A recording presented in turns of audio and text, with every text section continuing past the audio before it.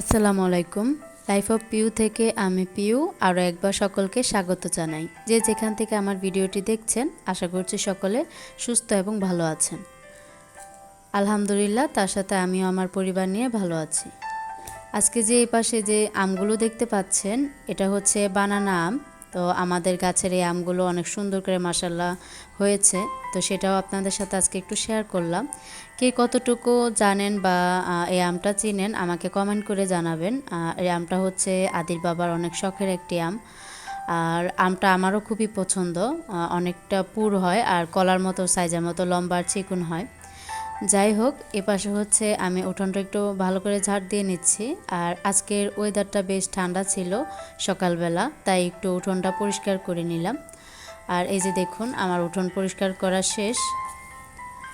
আর এদিকে হচ্ছে আমি ছাদে চলে এসেছি। ছাদে এসে হচ্ছে আজকে ছাদে একটু পানি দিয়ে নিচ্ছি। সকালবেলা একটু ঠান্ডা ওয়েদার থাকতে দেখা যাবে কিছুক্ষণ পরে রোদ উঠে যাবে, আর সেভাবে সময়টাও হবে না, তাই একটু গাছে পানি দিয়ে নিচ্ছি। আর তা পানি দেওয়ার আগে হচ্ছে একটু ওয়েদারটা দেখাচ্ছি। মানে মাশাআল্লাহ, ওয়েদারটা খুবই সুন্দর একটা ওয়েদার ছিল। এরকম ওয়েদার থাকলে কিন্তু কাজ করার মোড থাকে না, মনে হয় যে একটু চা কফি বা একটু কথা বলি আর সময়টা পার করি। যাই হোক, এখানে হচ্ছে গাছের আমগুলো মাশাআল্লাহ এই যে দেখুন, ছাদের গাছের আমটা অনেক আগে আপনাদের সাথে শেয়ার করেছিলাম। এদিকে দেখুন সাইজে অনেক সুন্দর করে হয়েছে। কিছুদিন পরে হচ্ছে ছাদে আসব আর দেখব পাকা পাকা একেবারে আমগুলো পেকে পেকে ঝুলে থাকবে, আর নিচেও অনেক আম পড়ে থাকে, কুড়িয়ে নিয়ে যাই আমরা আর কি। এদিকে হচ্ছে আম গাছটা দেখানোর পরে তারপর হচ্ছে আমি ওই পাশটায় আম আম গাছের এই পাশটাও দেখাচ্ছি। মানে গাছ ভর্তি একেবারে আম ঝুলে আছে, সবাই দেখে মাশাআল্লাহ বলবেন। আর এমনিতে তো আম ভর্তা খেয়েছি বা আমের জুস খেয়েছি, কিন্তু এখনও আমের জেলি করা হয়নি। ইনশাল্লাহ আমের জেলি, আমের আচার, আমসত্ত্ব এগুলো করব। আর এদিকে হচ্ছে আমি যে একটু আগে বললাম গাছে একটু পানি দিয়ে নিলাম।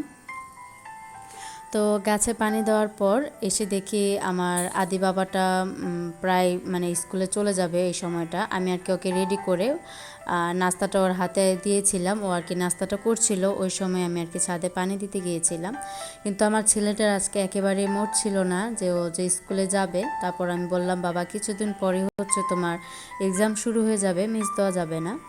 তো ওকে স্কুলে পাঠিয়ে ও দাদুর সাথে আমি হচ্ছে একটু দোতলায় চলে আসলাম। আর আমার মেয়েটা কিন্তু আমার সাথেই গুড়গুড় করছিল। ছোট বাচ্চা, ওকে তো আর একা নিচে রাখা যাবে না, ওকে নিয়ে হচ্ছে আমি দোতলায় এসেছি। তো দোতলার গাছগুলোতেও তো রাতের বেলা পানি দেয় বা সকালে যখনই সময় হয়, বেশিরভাগই আমি রাতেই পানি দেওয়ার চেষ্টা করি, মানে কাজ কমানোর।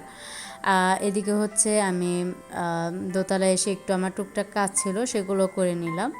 আর সোফা একটু হালকা ধুলো পড়েছে, সেগুলো একটু ঝেড়ে নিচ্ছি। তো এই এই কাজ করতে করতে আমি এখন হচ্ছে আমার কিছু প্রিয় আপুদের কমেন্ট পড়ব।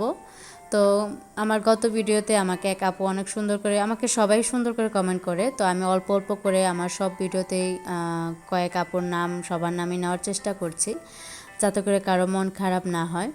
তো রোজা কুকবুক থেকে আপু লিখেছেন, আসসালামু আলাইকুম আপু, কেমন আছো তুমি? বেড গুছানো দিয়ে ভিডিওটি শুরু করলে, মাশাল্লাহ মামুনিটা অনেক সুন্দর করে তোমার সাথে নামাজ পড়ছে। রাতে গাছগুলোতে পানি দিলে, তুমি এত সুন্দর করে কথা বলো, তোমার কথাগুলো শুনলে শুনতে ইচ্ছে করে। ওয়ালাইকুম আসসালাম আপু, আলহামদুলিল্লাহ ভালো আছি আপু। অসংখ্য ধন্যবাদ আপু তোমাকে এত সুন্দর একটি মন্তব্য করার জন্য। আমার কথাগুলো তোমার ভালো লাগে জেনে খুবই ভালো লাগলো। অনেক ভালো থেকো আপু তুমি।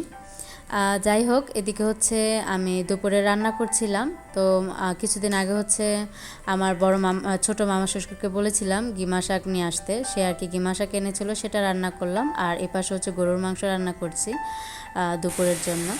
তো সেইভাবে আর দুপুরে তেমন কোনো ভিডিও ফুটেজ নেওয়া হয়নি। এদিকে হচ্ছে দেখুন অনেক পরিমাণে বৃষ্টি হচ্ছিল সন্ধ্যার দিকে।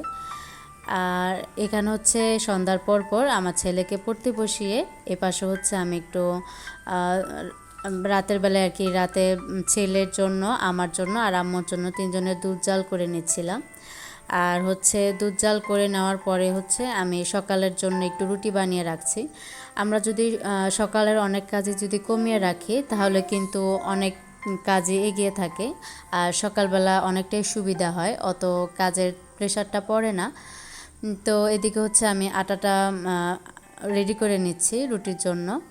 তো এখানে হচ্ছে আমি আরেকটা আপুর কমেন্ট পড়ব। সম্পার সংসার থেকে আপু লিখেছেন, আসসালামু আলাইকুম আপু, কেমন আছো আপু তুমি? তোমার যা বাবার বাড়িতে যাচ্ছে, মামুনিটা তোমার সাথে নামাজ পড়লো। তো অনেক আপুর কমেন্ট পড়লে, আমি কিন্তু আপু তেমন বড় কমেন্ট করতে পারলাম না। ওয়ালাইকুম আসসালাম আপু, তুমি যে সবসময় আমার ভিডিওগুলো দেখো আর সুন্দর করে কমেন্টগুলো করো, কমেন্ট ছোট বড় কোনো বিষয় না আপু, তুমি যে আমার ভিডিওগুলো ফুল ওয়াচ করো, এত ভালোবেসে দেখো, সেটার জন্য অসংখ্য ধন্যবাদ আপু তোমাকে সবসময় আমার পাশে থাকার জন্য। যাই হোক, এদিকে হচ্ছে আমি রুটিগুলো বানিয়ে ফ্রিজে আর কি টিস্যু দিয়ে ফ্রিজে রেখে দিচ্ছি, সকালে শুধু নাস্তার সময় ভেজে নিব। পাশে হচ্ছে আমি একটু উপটান বানাচ্ছিলাম। এখানে হচ্ছে সামান্য কিছু কলার অংশ, 1 চা চামচ চিনি, বেসন আর সামান্য নারকেল তেল নিয়ে মিক্স করে নিয়েছি। তো আমাদের প্রত্যেক নারীদেরই উচিত, যতই ব্যস্ততার মধ্যে থাকি না কেন, নিজের জন্য এক্সট্রা 5 মিনিটের জন্য হলো সময় বের করা। যাই হোক, তো যারা আমার চ্যানেলটি নতুন ভিজিট করেছেন, আমার ভিডিওর কোনো অংশ বা আমার কথার কোনো অংশ যদি আপনাদের কাছে ভালো লাগে, তাহলে অবশ্যই সাবস্ক্রাইব করে পাশে থাকা বেল অপশনটি প্রেস করে অল বাটনে ক্লিক করে রাখতে পারেন। তাহলে আমার রেগুলার ভিডিওর নোটিফিকেশন আপনার কাছে পৌঁছে যাবে। আর যারা অলরেডি করে দিয়েছেন তাদেরকে জানাই অসংখ্য ধন্যবাদ। দেখা হবে অন্য কোনো ভিডিওতে। আল্লাহ হাফেজ, আসসালামু আলাইকুম।